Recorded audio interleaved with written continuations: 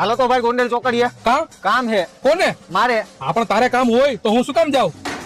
હા તો તમે લઈને હાલો ને મને પણ તને લઈને શું કામ જાઉં અરે પણ કામ હે મારે હા તો જાને મને કા કેસ આ તમને નો પૂછું તો કોને પૂછું હા તો તારા જિંદગીમાં ગમે કામ હોય મને પૂછીને કરીશ એમ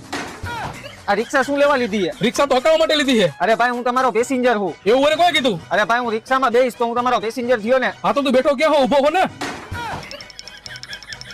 હાલો બેહી ગયો હવે તો હાલો ક્યાં અરે ગોંડલ ચોકડીએ પણ શું કામ હવારમાં કોનું મોઢું જોઈ લીધું હવાર મારી સામે તો તારું જ મોઢું જોઈ લીધું હશે જાઉં હું નથી બેવું તમારી રિક્ષામાં હાલીને વયો જઈશ હું ઓય ઉભો રહે તો તું મારી પાસે શું લેવા આવ્યો તો રિક્ષામાં બેહવા હાટું હા તો બેહી જા હાલ નથી બેવું મારે તારી રિક્ષામાં ખોટી મારા મગજની અણી કાઢ્યાસ જાઉં હું એટલે હાલી ક્યાં જા રિક્ષામાં બેહી જા